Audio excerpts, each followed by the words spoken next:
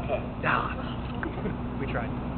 Is there a question that nobody ever asks you and you really wish that someone would ask you? No, there isn't. I can take one more.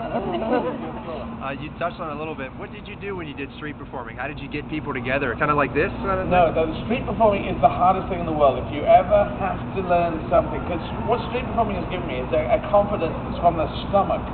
It's really weird. It's the hardest thing. This is not a great street venue. Actually, it's a pretty good street venue, but you would never get any human traffic here, so you can never attract people. That's what a street venue needs. It needs a place of quietness, and at the moment it's quiet, but then the buses go by.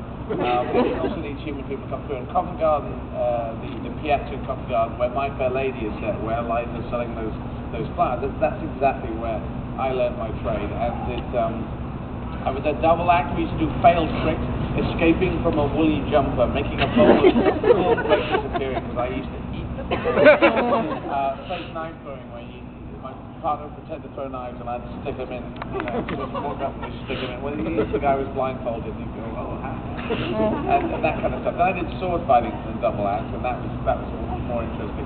And then I did escapology as a solo act. And escapology, people would tie you up with chains, and you could get out of them easier than you would think, usually. But I could talk a lot of rubbish, and it got me into the show mode. It got me into just me talking endlessly about trying to get out of this, and the volunteers strapping me in. And then I would get onto a 5-foot unicycle and get out of a pair of manacles. So that was what I called the big bullshit show. Because the trouble was holding people. Like today, it's okay. It's a bit cool, but it's not raining. But and I've just done a show and you're so that's okay. But normally, if you're just some person standing, no one's going to stop. And if you're on a 5-foot unicycle and handcuffed, people actually stick around because they think you're going to die. So that was my thing. It's called the Big Bullshit Show. And first time I ever did it was in Memphis, Tennessee.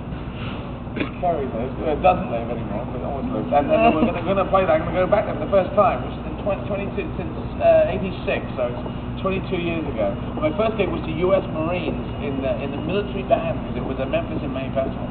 So I'm going to go back there, and then that's why I did the first ever show, bizarrely, of all things. And it was my first American show.